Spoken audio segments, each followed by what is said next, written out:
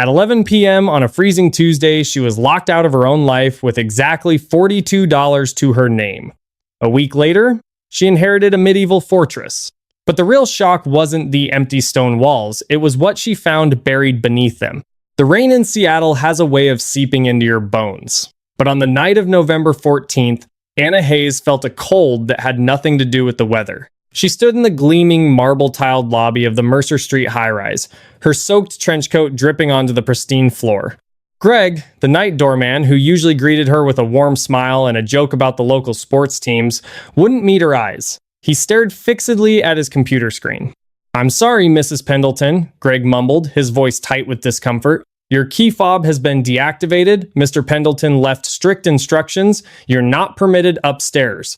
Anna stared at him, the words turning into white noise. Tristan, her husband of 4 years, the man she had supported by working double shifts as a freelance graphic designer while he built his tech startup in their cramped first apartment.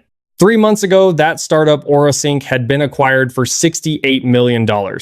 Tonight, he was locking her out of the penthouse they had decorated together. "Greg, please. My clothes are up there, my laptop, my passport," Anna said, her voice trembling but fighting to remain calm.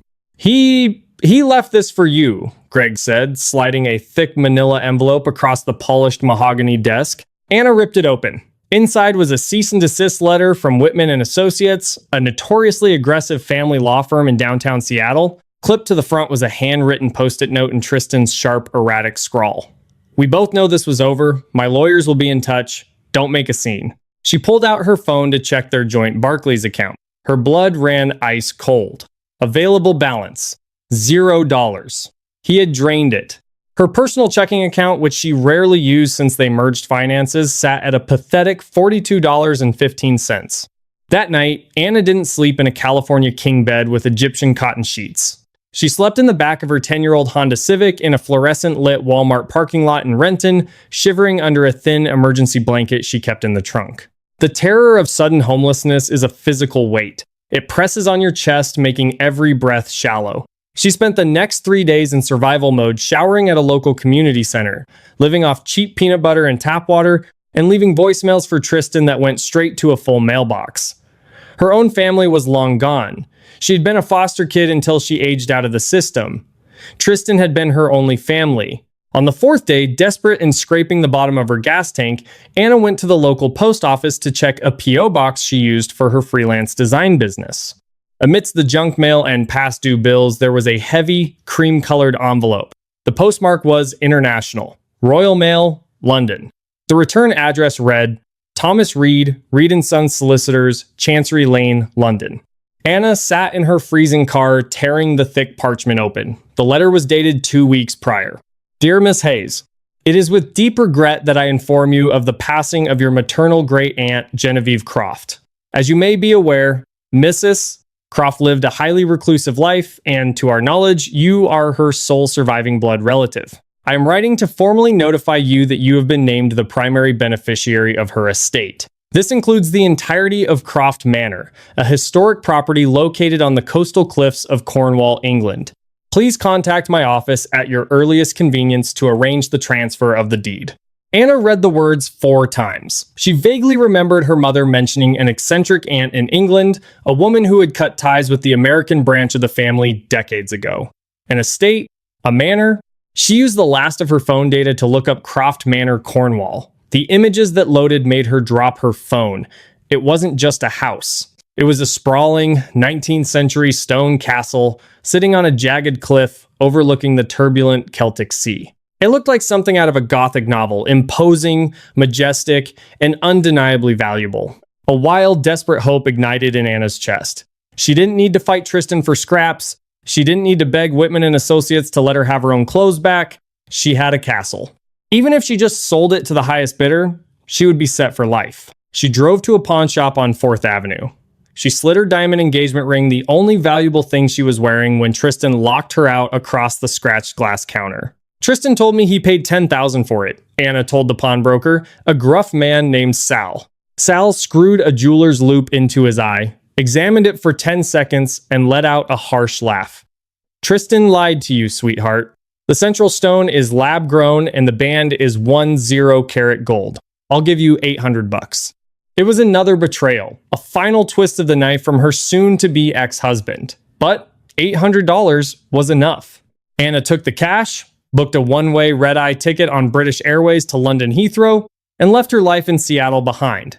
The drive from London to Cornwall took 5 hours in a rattling, rented Vauxhall Corsa that smelled faintly of stale cigarettes. Anna was running on 3 hours of airplane sleep, fueled by instant coffee and sheer adrenaline. The English countryside morphed from rolling green hills into harsh, rugged moors as she pushed further southwest toward the coast. The GPS finally directed her down a narrow, unpaved road flanked by overgrown hedgerows. The sky above was the color of bruised iron, threatening rain.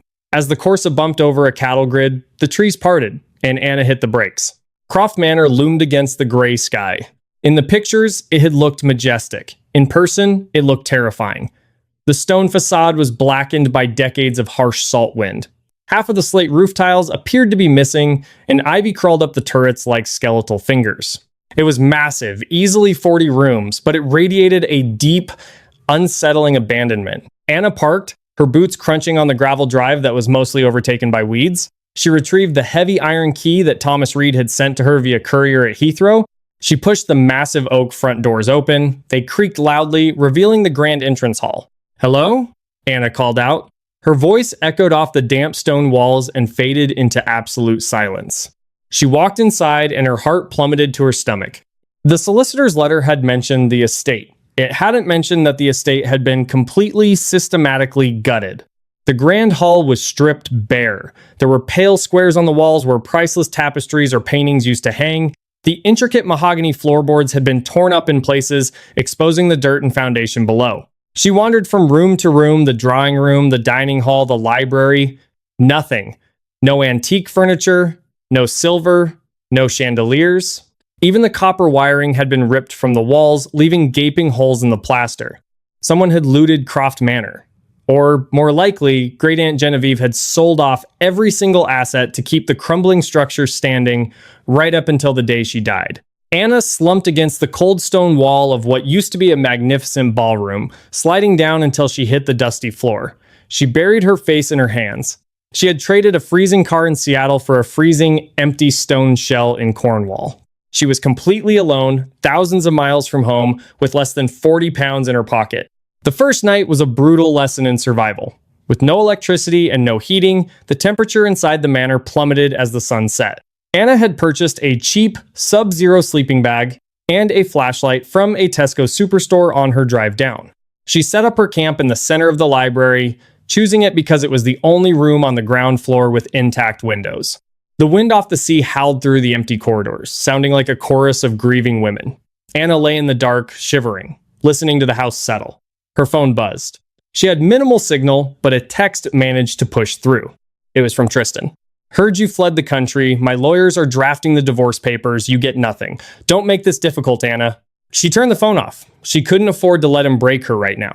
The next morning, driven by hunger and a desperate need for a plan, Anna drove into the nearest village, a small coastal town called Port Isaac. She walked into a local pub, ordering a cheap plate of chips and a tea to use their Wi-Fi. She emailed Thomas Reed, the solicitor, demanding to know what had happened to the estate's contents. His reply was swift and devastating. "Miss Hayes, I apologize if the state of the manor was a shock. Your aunt passed away with severe debts. The bank seized all movable assets to cover a portion of what was owed. Furthermore, as the new owner, you are now liable for the outstanding property taxes to the local council. The sum is roughly £45,000, due in 60 days. If unpaid, the council will seize the property and auction it." Anna stared at the screen. She didn't own a castle. She owned a massive, ticking debt bomb. "You must be the American." Anna looked up. Standing by her table was a man in his late 50s, wearing an expensive tweed jacket and a smug smile that instantly reminded her of Tristan. "I'm Richard Sterling," he said, extending a hand she didn't shake. "I own a property development firm down in Plymouth. I've been trying to buy Croft Manor from your stubborn aunt for a decade." "It's not for sale," Anna said defensively. Sterling chuckled, pulling up a chair uninvited. "Let's be realistic, Miss Hayes. I know about the council tax debt. I know the roof needs £500,000 in repairs just to make it legally habitable. You don't have the money. You're living in a sleeping bag in a ruined shell." Anna bristled. "How do you know that?" "It's a small village. Word travels, Sterling said smoothly. I'll offer you 50,000 pounds. It covers your tax debt, buys you a nice flight back to the States, and leaves you with a little pocket money. Otherwise, the council takes it in 2 months, and you walk away with absolutely zero. Think about it. He dropped a glossy business card on the table and walked away. Anna drove back to the manor, her mind racing. Sterling was right. She was trapped. Taking his offer was the logical, safe thing to do. She could go back, rent a tiny apartment, and start rebuilding her graphic design business from scratch. But as she walked through the echoing, empty halls of the manor, a deep, primal stubbornness flared inside her. Tristan had taken her home. She was not going to let this smug developer take her inheritance, even if it was just a pile of rocks. To survive the freezing nights, Anna needed firewood. She spent the afternoon foraging in the overgrown estate grounds, dragging fallen branches into the manor. The Great Hall had a massive stone fireplace that still seemed structurally sound. While searching for kindling in the ruins of the attached Victorian conservatory, she noticed a heavy tarnished iron crowbar half buried under a pile of rotted wood. She grabbed it, bringing it back inside. She decided to start breaking down some of the ruined, water-damaged wooden paneling in the dining room to use as fuel. It was already destroyed anyway. She wedged the crowbar behind a large oak panel and pulled with all her weight. With a loud crack, the panel splintered and fell away. Anna stumbled back, wiping dust from her eyes. She reached in to pull away the debris, expecting to feel the solid, freezing stone of the exterior wall. Instead, a sharp, cold draft of stale air hit her face. She froze. She grabbed her flashlight, shining the beam into the gap where the paneling had been. It wasn't a stone wall. It was a dark, narrow corridor plunging straight into the pitch-black depths of the manor's foundation. And resting on the floor just inside the hidden entrance, covered in a thick layer of dust, was a leather-bound ledger and an antique brass key. The air bleeding out of the hidden corridor didn't smell of rot. It smelled of dry earth, old paper, and machine oil. Anna aimed her flashlight down the narrow passageway. It was lined with crude brick, a stark contrast to the elegant stonework of the manor above. Her hands shook as she picked up the leather-bound ledger and the heavy brass key. She opened the book, the spine cracking in the silent room. The pages were filled with Great Aunt Genevieve's elegant, looping handwriting. But it wasn't a diary. It was a meticulous accounting log. Anna flipped through the pages, her eyes scanning the columns of dates, deposits, and strange inventory notes dating back to the late 1980s. But it was the final entry, dated just 3 months before Genevieve's death, that made Anna's breath hitch. The vultures are circling. Richard Sterling's father stole half my liquid capital in '94, and now the son thinks he can steal the land to get to the lithium. They think I am a senile old woman with a crumbling house. They don't know I liquidated the Swiss accounts before the banks could freeze them. I have walled it all up in the old smuggler's keep. Let the bank take the furniture. Let Sterling buy empty rooms. The true estate is beneath the bedrock. Lithium. Anna stared at the word.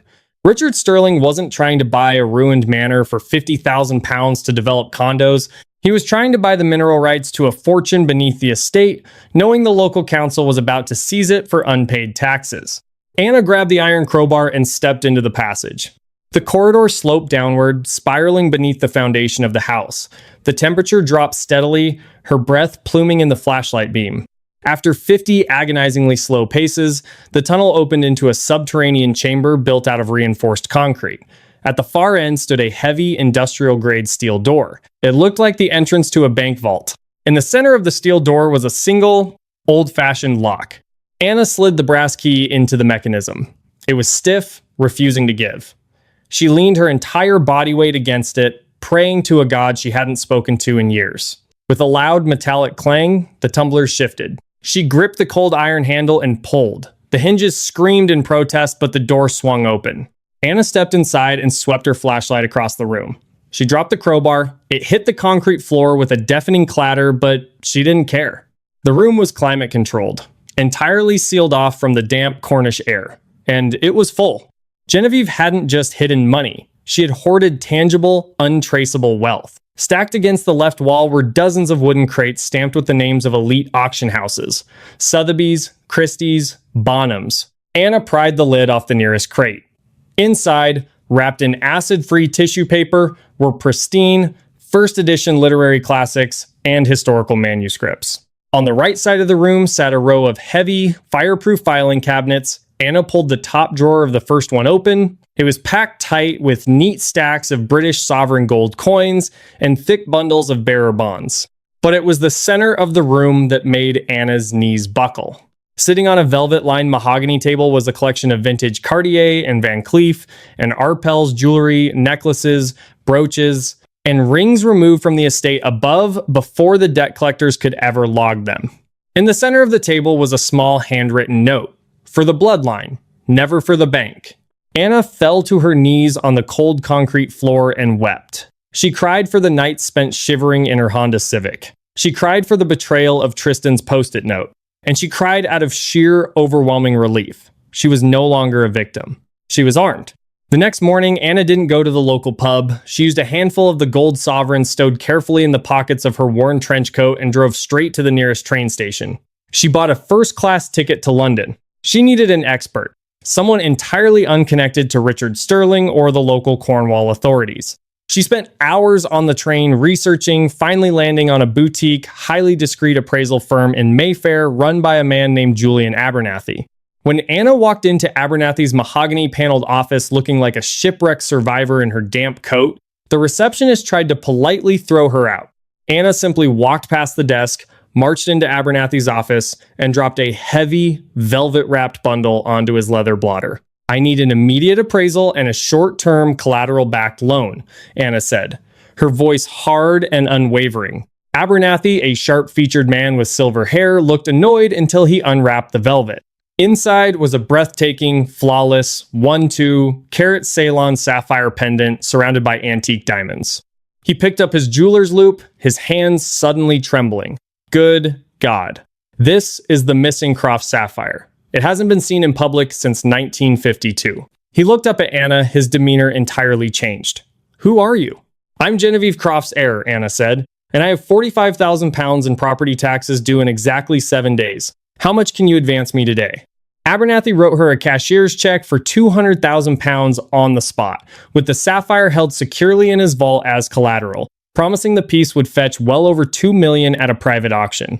Anna walked out of the Mayfair office with a new bank account, a sleek new phone, and a burning desire for retribution. As she turned her phone on, it immediately flooded with notifications. The most prominent was a voicemail from Tristan. She pressed play. Anna, my lawyers found out about the estate in Cornwall. Tristan's arrogant voice drifted through the speaker. Since we are still legally married, that asset is subject to marital division. Whitman and Associates are filing an injunction to freeze the property. You thought you could hide a castle from me? Come back to Seattle and we can settle this quietly, or I will take half of that rock pile and force a sale. Anna stood on the bustling London pavement, the cold wind whipping her hair. A slow, dangerous smile spread across her face. Tristan wanted a war. He had no idea what kind of arsenal she had just unlocked. The Cornwall Council Tax Office was a dreary, fluorescent-lit building that smelled of stale coffee and damp wool. On Tuesday morning, exactly 1 day before the foreclosure deadline, Richard Sterling stood at the front counter, chatting amiably with the clerk. It's a shame about the Croft property, Sterling was saying, leaning casually against the laminate counter, but the American girl clearly abandoned it. I have the paperwork ready for the deed transfer as soon as the deadline expires at noon tomorrow. I'll be cutting the council a check for the full tax deficit. You won't be cutting a check for anything, Richard. Sterling spun around. Anna stood in the doorway. She was no longer the exhausted, trembling woman in a dirty coat. She wore a tailored charcoal blazer, crisp black trousers, and a look of absolute authority. Flanking her was Thomas Reed, her solicitor, and a formidable-looking woman holding a leather briefcase. Miss Hayes, Sterling said, recovering his slick smile, I see you haven't fled back to the States. Have you come to accept my $50,000? Anna walked up to the counter, ignoring him completely. She handed a cashier's check to the wide-eyed clerk.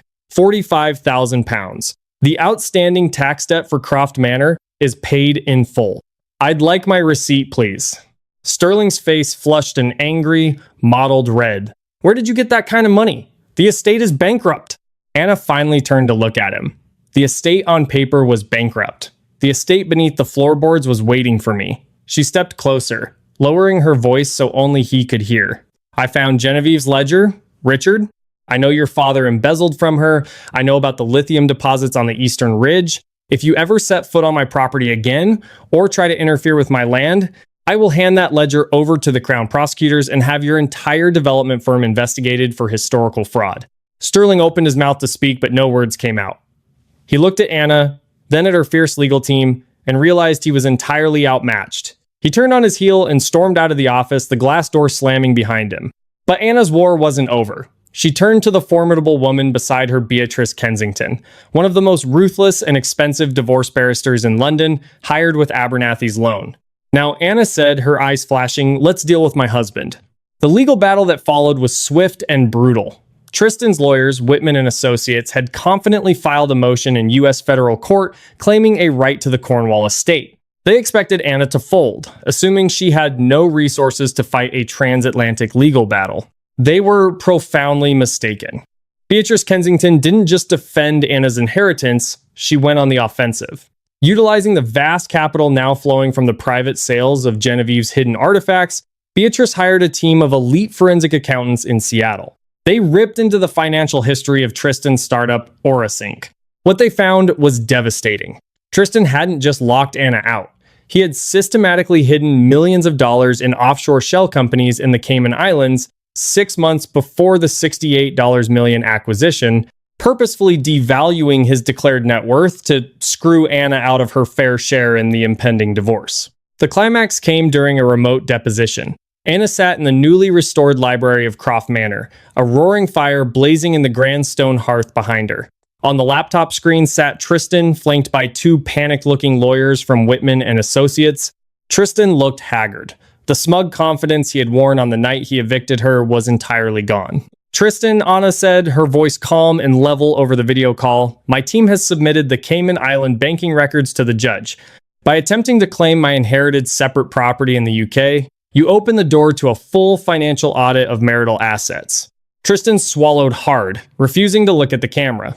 "You committed felony fraud, Mr. Pendleton," Beatrice Kensington interjected smoothly from her office in London. "As a result, the judge is heavily inclined to award my client not just her rightful 50% of the true $68 million acquisition, but punitive damages as well. Furthermore, any claim on Croft Manor is officially dismissed with prejudice." "Anna, please," Tristan begged, his voice cracking. "They're going to freeze my accounts. They're talking about prison time. We were a team once. Don't do this." Anna looked at the man who had let her sleep in a freezing Walmart parking lot with $42 to her name. She felt no anger anymore, only a profound, icy indifference. "We were a team when I was working double shifts to feed you," Anna said softly. "But you chose to play a solo game, Tristan. Now you have to live with the score. Don't contact me again." She closed the laptop, severing the connection. Silence descended on the library, but it wasn't the haunting, lonely silence she had experienced on her first night. It was a warm, peaceful quiet. The manor was no longer a rotting shell. Thanks to Genevieve's hidden wealth, scaffolding hugged the exterior as roofers repaired the slate. Electricians were rewiring the grand halls, and historians were cataloging the massive subterranean library. Anna walked over to the massive floor-to-ceiling windows overlooking the Celtic Sea. The bruised iron clouds had parted, revealing a brilliant, piercing sunset that painted the crashing waves in shades of gold and amber. She wasn't just surviving anymore. She had taken the shattered pieces of her life and built a fortress out of them. She pressed her hand against the cold glass, feeling the deep, vibrating strength of the stone walls around her. Croft Manor had stood against the harsh ocean winds for centuries, unyielding and unbroken. And now, so would she. Did Anna's revenge satisfy you? Or do you think Tristan deserved a harsher punishment? From freezing in a parking lot to ruling a Cornish estate, Anna proved that the best revenge is unshakable success. If you love this story of resilience, hidden wealth, and ultimate justice, hit that like button, share it with a friend who loves a good plot twist, and subscribe to the channel for more incredible stories.